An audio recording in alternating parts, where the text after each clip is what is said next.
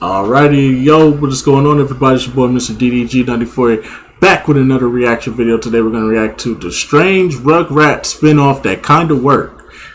I think we all know where they're going with this. This is the All Grown Up series. It was pretty good, because it was interesting seeing them in a more older form, and now they can actually talk to their parents. And it was like, maybe they could make these stories a lot deeper. Maybe we could see more of a deeper story going on with Chucky and his dad, you know, dealing with his mom passing away and all that stuff. I was really expecting something like that. I was expecting a more deeper stories now that they could actually communicate with the parents, but they didn't go down that route. What you need is a gimmick, like weight machines. The Glutinator 8000. Been using it 3 times a week. Go ahead, pop a cup of Joe on top of that puppy.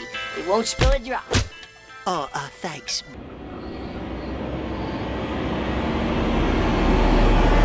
Okay, what if I told you Klasky Supo made the same show twice and ran both of them on the air at the same time on Nickelodeon? Someone once told me the grass is much greener. That was a good show too. On the other side.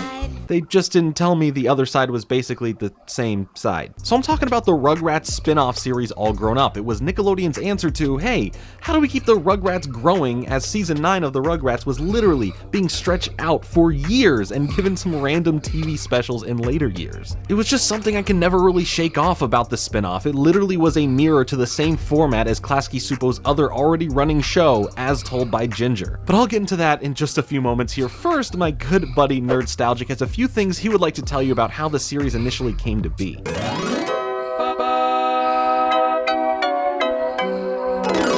All Grown Up is something that when I started Nostalgic, I was certain I would talk about, and well, that never really happened. And the thing I wanted to come here to talk about today is not necessarily the show. I'll let Jordan do that. I wanted to talk about how this show got started. So when the 10th anniversary of the Rugrats rolled around, this was a show that lasted longer than any other Nickelodeon show at that time. They wanted to do something big. They wanted to blow it out, basically. And the way to do this was a 10th anniversary special. And the 10th anniversary special was kind of weird. The kids start as they always are, toddlers running around as Rugrats, and they enter a closet. And once they get into this closet, well, they leave it as preteens. I don't really remember quite how old they were supposed to be, but they were all grown up. And this was a double episode, an hour-long feature that saw the babies as adults, rethought them, almost like a fan fiction, but they were the same people. They were these characters evolved, and we saw them go through this for an hour. It felt almost like a resolution to the show, a finale, if you will, to the Rugrats, before eventually realizing that this was basically a dream and that they were still babies after all.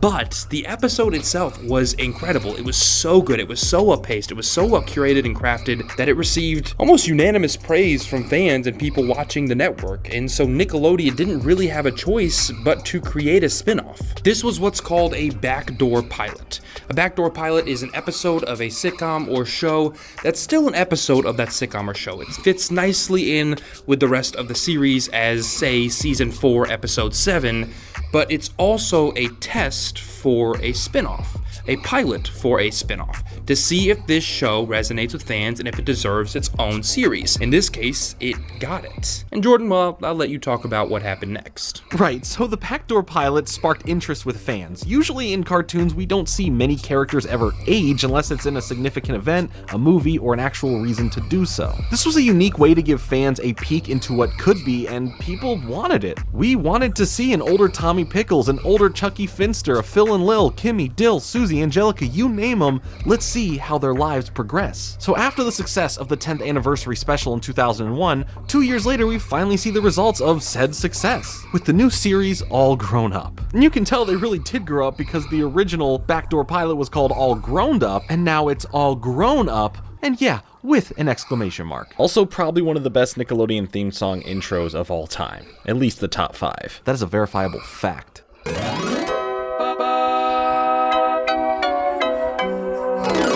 So the show aged up the characters roughly 10 years, putting them into the age group of 9 to 12-year-olds, and even Angelica had her own special episode where she turns 13. Angelica, what's it like being a teenager? It's just like being in a movie starring me.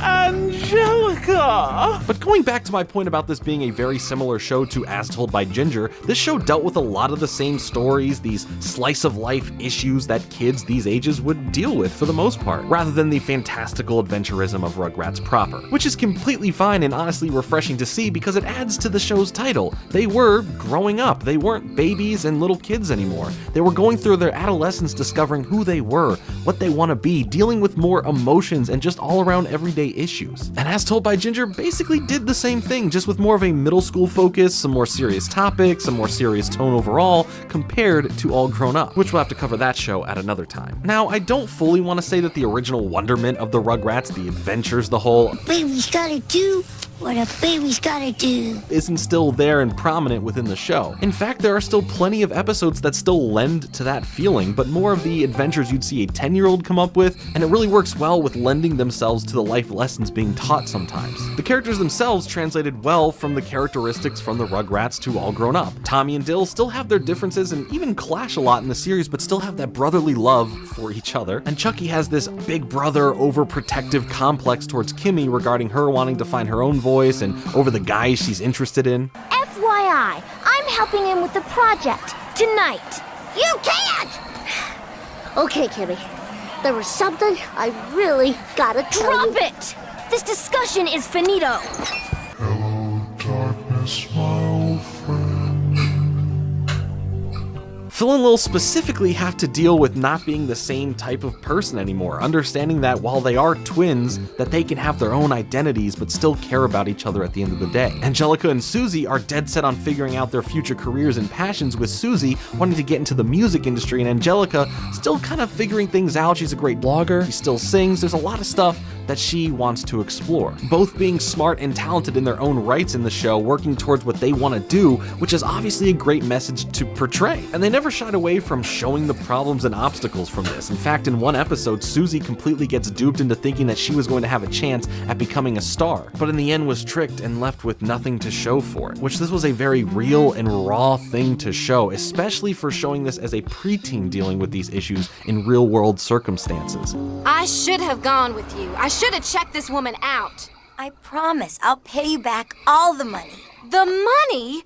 Susie, worse things could have happened to you than just losing $1,000, okay? You hang out with someone you don't even know. Say yes to whatever she asks you to do. She could have taken it a lot further than she did. Think about it! Another major element of the Rugrats transfers over to All Grown Up as well, and that is the parents.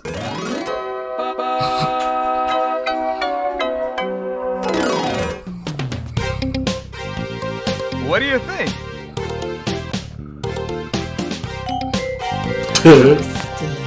The Rugrats itself spent a lot of time always showing the parents dealing with being new parents, or how to be a good parent, how a single parent has to deal with raising a kid, or how a super busy working mom has to deal with her high-level business career and being there for her daughter. Practicing for school? Good girl. That's the kind of initiative that'll take you straight to the top.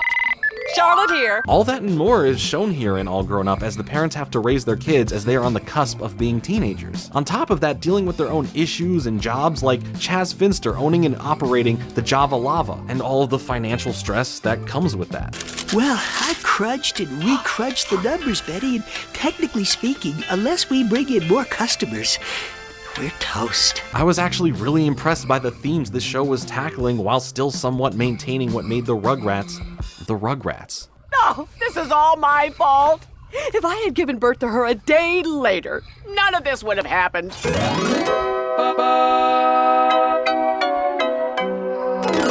All Grown Up lasted for 5 seasons, and it is a testament to how making a spin-off can be done right. In fact, the Rugrats had many different plans for spin-offs of what they wanted to try. Even ones that had full attempts and unfortunately were not well received, like the Rugrats Preschool Days, which was based off of another backdoor pilot from season 8 with the same name. That miniseries followed Angelica and Susie, well, going to preschool, and it lasted 4 episodes. Now, all these years later, I find myself wanting to actually see the Rugrats all grown up, and no, I'm not talking about the episode where they pretend that they're adults working as businessmen. I mean like a college-age bunch of Rugrats now dealing with issues pertaining to their age. It just seems interesting to me since we saw them as babies, watched them navigate the preteen landscape, so naturally I would like to see what could be next for their adventures. Maybe even seeing them a bit older, having their own families now with their own babies, and those babies having their own adventures that they once had. These are all just fun ideas that could be explored. But as of now, there is a planned revival for the Rugrats tentatively scheduled to premiere later this year in the fall. We know pretty little about it or what it's truly going to be about, but I only hope they can maintain one thing in it, and that is the spirit of adventure. I got an idea. Follow me.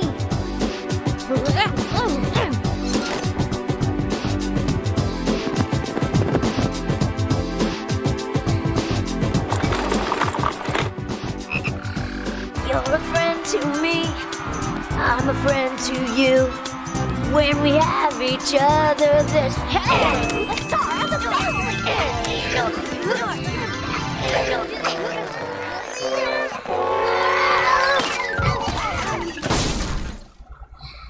But I am very curious as to your thoughts on All Grown Up and I guess the Rugrats in general. Did you enjoy All Grown Up, or was it nothing new because we had a similar show already running on Nickelodeon at the same time? I feel like it was iffy to me. The only reason why it was so iffy to me because, like he said, you already had the Rugrats running. So if you still had the Rugrats running, why am I watching a show about them being grown up or in their preteen years? I never understood that. I think that's why I had so much of a disconnect with this show. I didn't really have fond memories of this show. Like, it seems interesting to go back and watch now, but back then I wasn't interested because I was still used to them in the baby form. I wasn't used to them in the preteen form. The preteen form, it just didn't hit like it should have. For me personally, but now looking at it, I should go back and revisit it. But anyways, so that's just gonna about do it for this one. I will see you all in the next video. Till then, peace out.